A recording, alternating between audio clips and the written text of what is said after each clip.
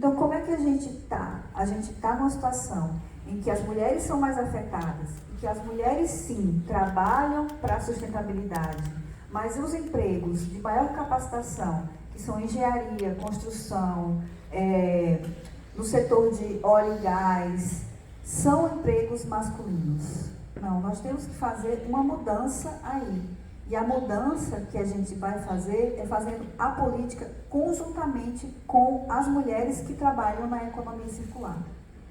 Para que a gente consiga mudar essa realidade, para a gente consiga enfrentar esses desafios que a ministra comentou, que são desafios de mudança de modelo mental. Nós não podemos continuar trabalhando no mesmo padrão, no padrão anterior mental, porque isso não é mais sustentável. Então, nós precisamos de um olhar específico de gênero para essa política. Obrigada. I have to manage time, so I manage some things here and change something here, etc. That all of you can share your thoughts after. Okay, you have the opinion of Tarsila. No, not Tarsila. It's Ali. No, Fabiana.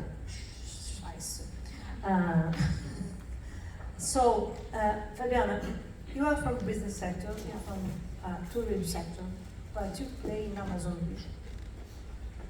Okay, and Amazon region is not only important for climate security, for nature security, it's so complex.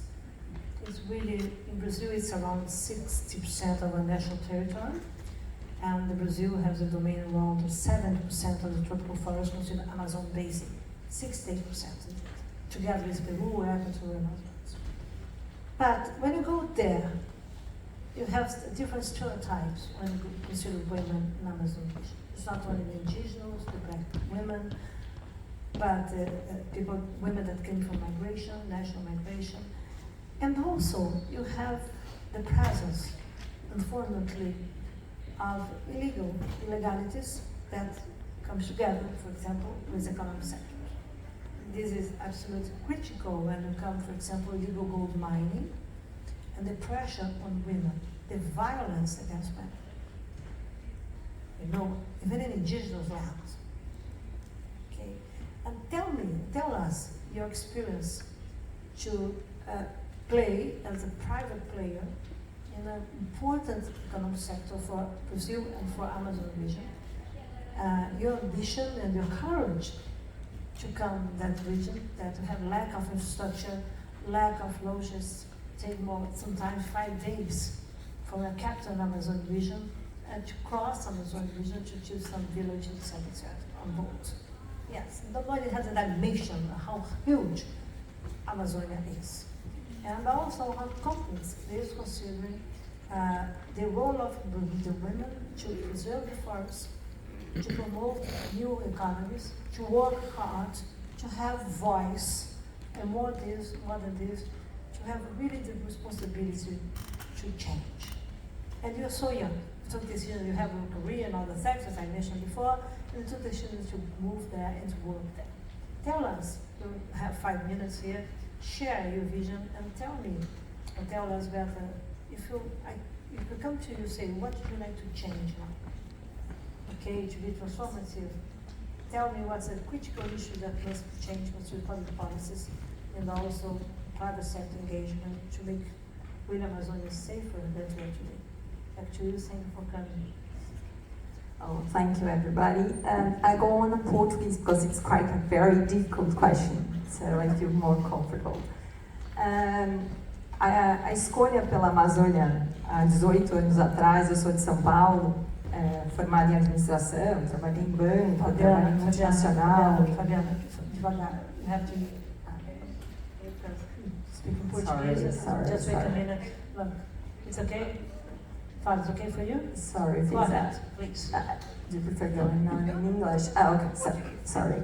E aí a escolha pela Amazônia foi uma decisão de procurar um projeto mesmo de vida e um trabalho que trouxesse um significado maior do que as minhas experiências anteriores, né? E eu era recém-casada e meu marido era tão maluco quanto eu, né? Nós fomos considerados malucos na época. E a ideia de ter escolhido o lugar que nós escolhemos, que foi em Novo Airão, é uma cidade a 3 horas de Manaus. Na época era com balsa, então eram 5 horas de viagem. Foi porque quando a gente chegou ali, era a imagem do Sebastião Salgado que a gente via em todas as fotografias.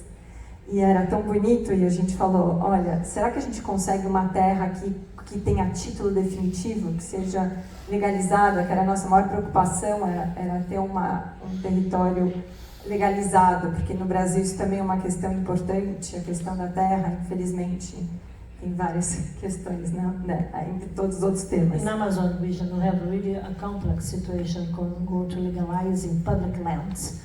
Okay, used to have invasion public lands, deforestation, illegal deforestation. How if you want to come to Amazonia to buy a farmer, you need to be really to understand better the legal arrangement that must be fulfilled to buy a legalized land, not to buy something that will stimulate the organized crime or illegal crime. The crime is to promote deforestation. So you have to go there and to understand better the situation of that region. And it's so complex sometimes, in some places.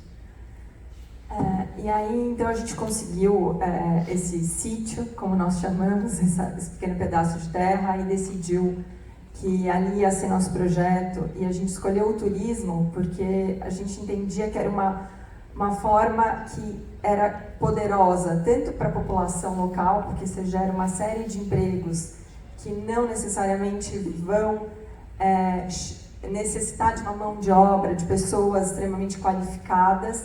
Lembrando que a gente está numa região do Brasil de grande maioria analfabeto funcional, então o problema da educação ali é bem importante.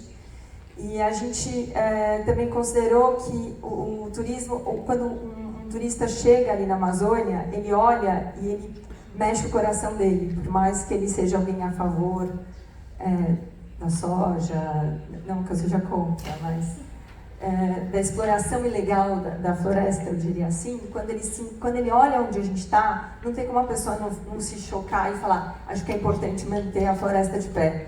Então, a gente acreditava nisso, a gente ainda acredita, são 18 anos trabalhando nisso.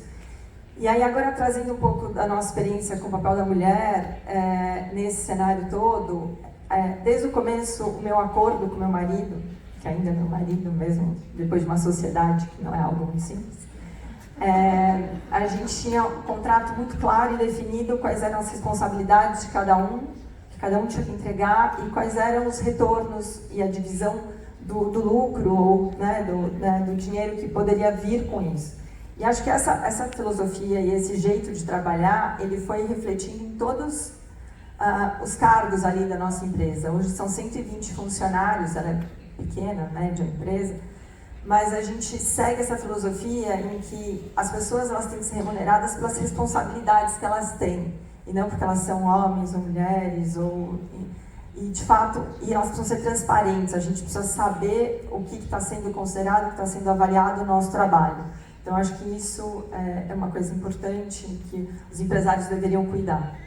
E aí, uma outra coisa que eu acho importante é que desde o começo a gente nunca pensou assim, que vale é o lucro pelo lucro, e também acho que quem ainda pensa nisso, essa empresa está fadada a longo prazo, a chegar ao fim.